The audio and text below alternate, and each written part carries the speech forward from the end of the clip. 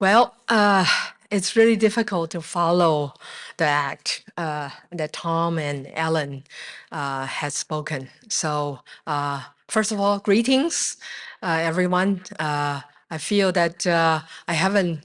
There are a lot of new faces for me. Uh, it's also been a long, long time. So I was editor-in-chief 2007, taking over from Ellen until 2012. Uh, I have to say, Newton said you stand on the shoulders of giants. I have been entirely flying on giant's wings. So really, I have to thank you all for building JLT. And all I did was to carry on.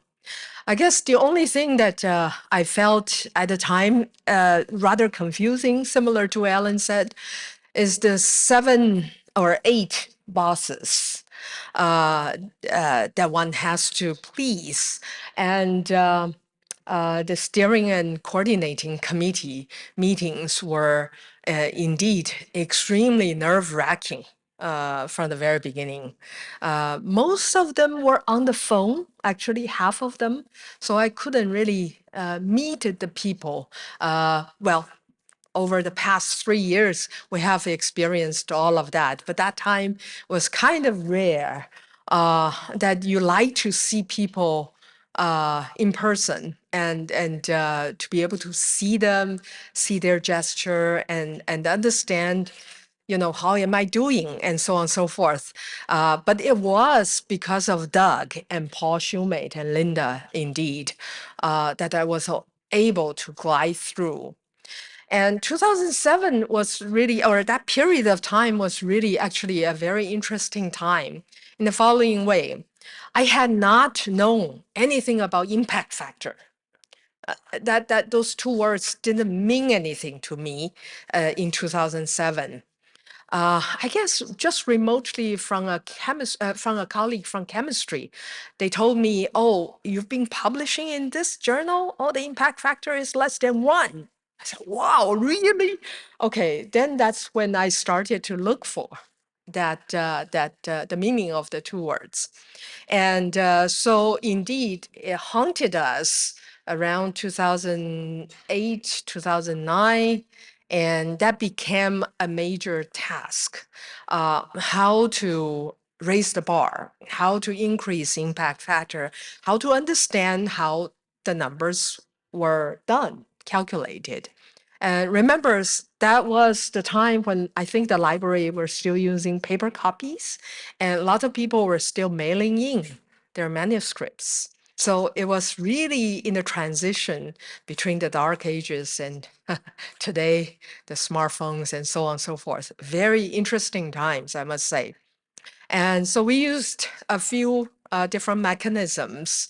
Certainly, we see the surge of submission of papers. It was just impossible to handle so many papers all at once and to find reviewers who were willing to review. Some of the papers we sent and were rejected 3 times, 4 times by reviewers not being able to review them. So causing delays and so on and so forth. Of course, that was also a major concern. Um, let's see. And finally, we found a good method, which is also followed Ellen's footstep, is by inviting excellent review papers. And some of those review articles can get you very nice citations. So I don't know whether that's still a good mechanism or not, maybe not. But anyway, that was, again, during the transition of times, we tried a few different things. But all in all, I have to say it was a great experience, and I enjoyed so much working with associate editors. We also expanded associate editor pool from around the globe. We enjoyed working with reviewers, and most of all, I really need to thank many of the associate editors. And that time we also started at deputy editor position. So I want to thank them. And then finally, of course, Doug and Paul Shoemate and Linda and my predecessors. And with that, I'd like to turn the table to Peter.